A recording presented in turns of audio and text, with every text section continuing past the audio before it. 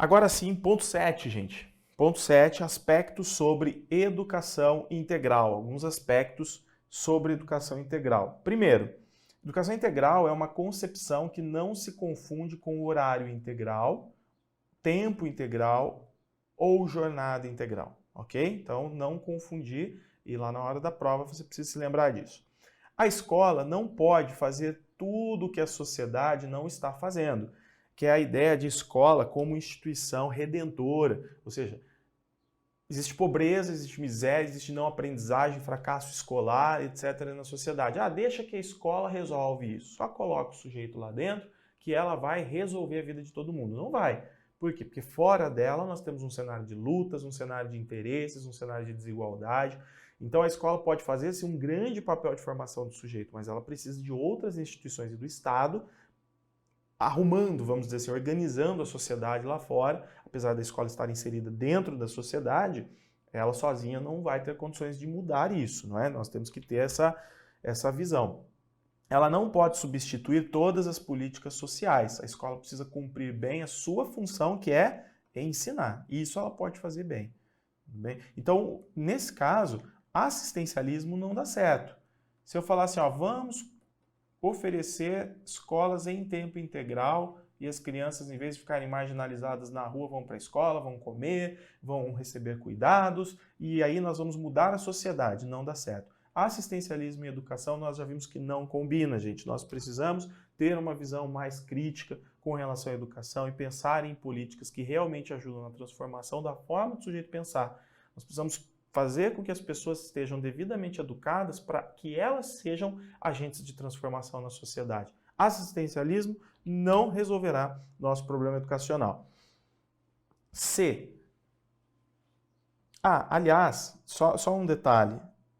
Como eu falei de assistencialismo, às vezes isso pode cair de outra forma, tá? Eu vou colocar aqui da seguinte... Às vezes eu tenho espaço, né? Tem aqui um espacinho. Ó, ponto A. Em outras palavras, nós vamos entender o seguinte, que a educação integral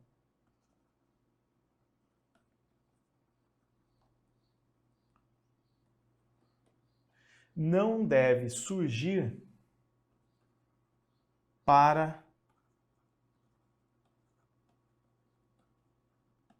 compensar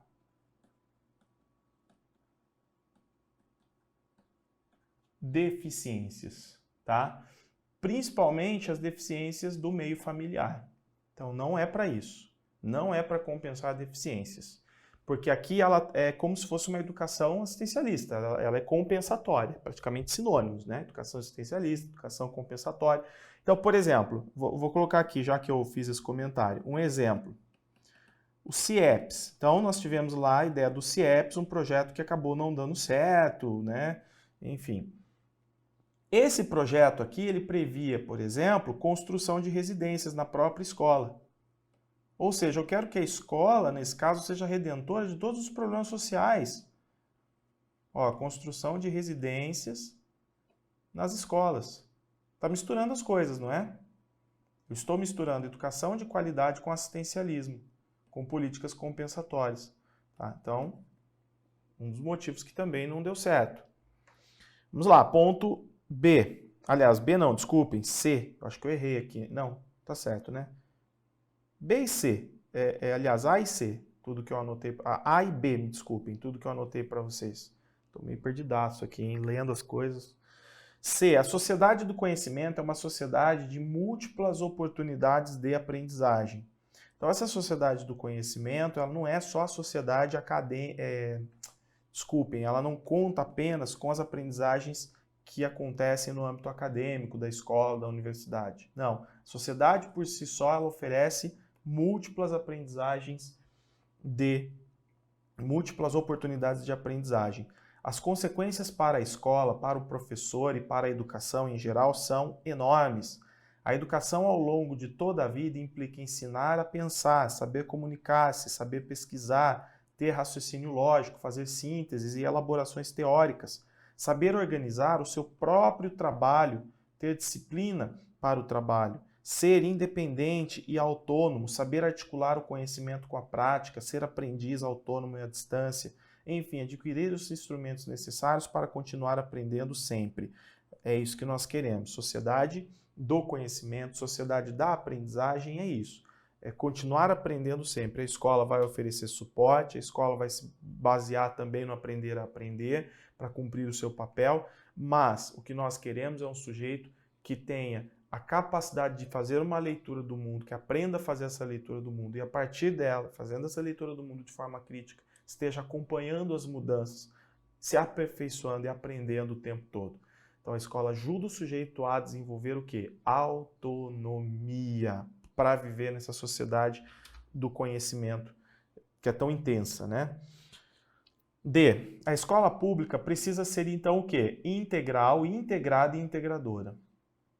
Integrar ao projeto ecopolítico-pedagógico da escola, e aqui é muito legal porque ele traz essa palavra eco. Eco significa o quê? Ambiente. Ou seja, os ambientes estão interconectados, eles precisam estar integrados, o ambiente da escola e fora da escola. A escola precisa estar conectada com a comunidade, com a igreja, com a família, com as instituições sociais. Ela precisa articular o seu currículo, as atividades curriculares, os saberes, os conteúdos com aquilo que acontece fora dela. Então, a ideia de eco, né? Uma escola que está ligada ao ambiente, aquilo que acontece ao redor dela e não apenas dentro dela. Ela não está isolada do mundo, ela está dentro da sociedade. Aliás, como dizem os críticos, por exemplo, Cortella, Saviani, Libânio, Lucchesi, que são os autores críticos que nós estudamos normalmente, o próprio Gadotti, a escola inserida dentro da sociedade cumpre não apenas um papel pedagógico, cumpre também um papel político. E qual é o verdadeiro papel político da escola? Conscientizar para transformar. Não ficar refém daquilo que acontece no meio fora dela. Sim, nós estamos numa sociedade com desigualdades, com normas que muitas vezes não são justas, com cultura imposta, com uma globalização que é selvagem. Tudo isso são condicionantes do trabalho do professor, da vida social, mas não são determinantes. Nós não estamos determinados a viver dessa forma, a reproduzir esses valores, por exemplo, elitistas. São apenas condicionantes e nós podemos romper com esses condicionantes. Nós podemos criar, construir uma sociedade diferente. Aí sim nós estamos falando aí em transformação, mas a escola não é redentora de nada. Ela está transformando a partir da função específica dela, que é educar. Ainda, as igrejas, as quadras de esporte, os clubes, as academias de dança, de capoeira e de ginástica, os telecentros, parques, praças, museus, cinemas, além de universidades, centros de estudos, ONGs e movimentos sociais, enfim, integrar o bairro e toda a municipalidade. Quando a gente fala ONG, por exemplo, a ideia de integração seria o quê? Formação de parcerias. As ONGs podem ser parceiras das instituições, tá? E auxiliar na construção, não na construção especificamente do currículo, mas na execução dele, com atividades variadas para os alunos, ok? A ideia é o quê? Diversificar experiências. Então, se eu falo de educação integral, eu tenho que falar de diversificação de experiências. E se eu falo de diversificação de experiências, vou colocar aqui, ó, diversas experiências. Então, quando eu falo em ofertar diversas experiências no currículo, nós estamos falando de duas dimensões. De uma dimensão que é qualitativa,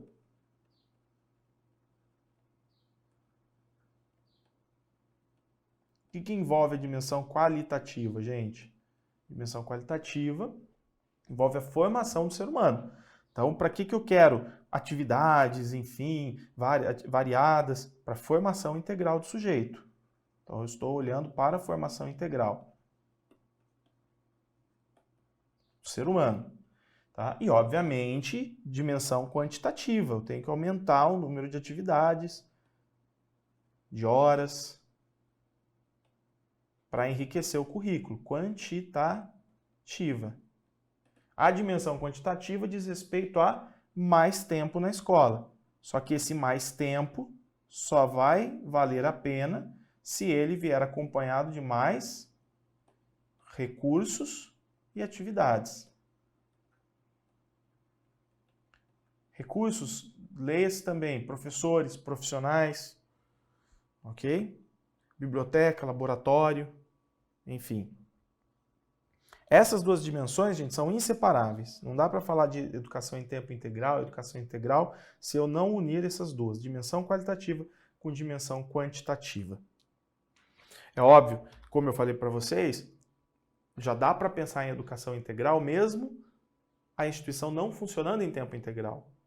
Eu já enriqueço o currículo pensando nisso, mas se eu vou estender o tempo de permanência da criança na escola, então eu preciso pensar em dimensão quantitativa e qualitativa.